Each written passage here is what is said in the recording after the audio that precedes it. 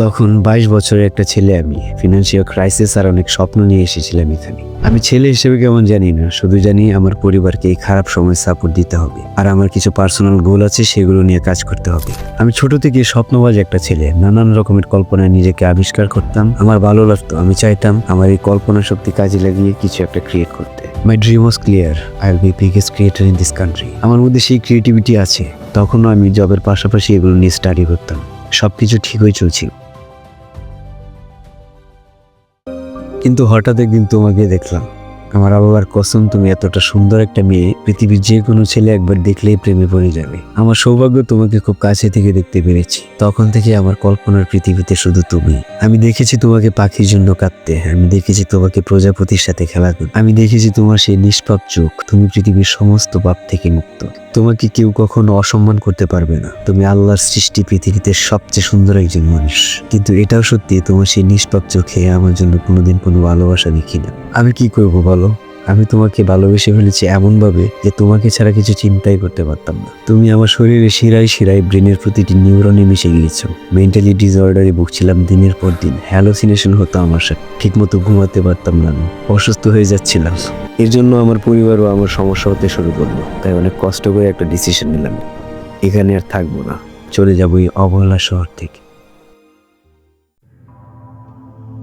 আমি চলে এলাম নিজের শহরে, নিজের মতো করে বাঁচতে। মানুষ বলে চোখের আড়াল হলেই নাকি মনের আড়াল হওয়া যায়। আমি ভেবেছিলাম তোমাকে আমার চোখের আড়াল করে রাখলে হয়তো মনের আড়াল করাটা সহজ হবে, তাই নিজের কাজ নিয়ে ব্যস্ত হয়ে গেলাম। কিন্তু কোনো কিছুই ঠিক হয়নি। আমি কোনোভাবেই তোমাকে বলতে পারছিলাম না। আমার মেন্টাল ডিসঅর্ডার ও পারিবারিক সমস্যা একটা সময় ঠিক হয়ে গেছে, কিন্তু তোমার স্মৃতিগুলো, তোমার সেই নিষ্পাপ চেহারাটা একটা দিনের জন্য বলতে পারি না।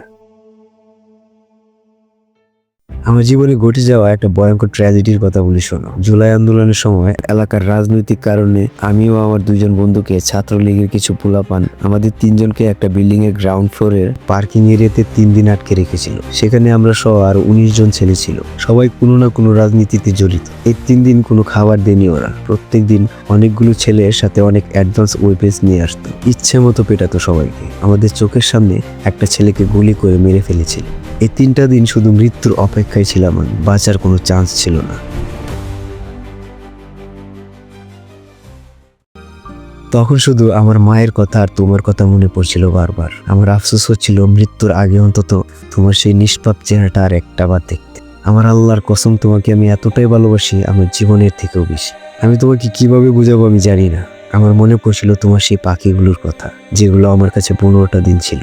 যদি পাখিগুলোর জবান খুলে যেত তাহলে তারাই তোমাকে বলতো।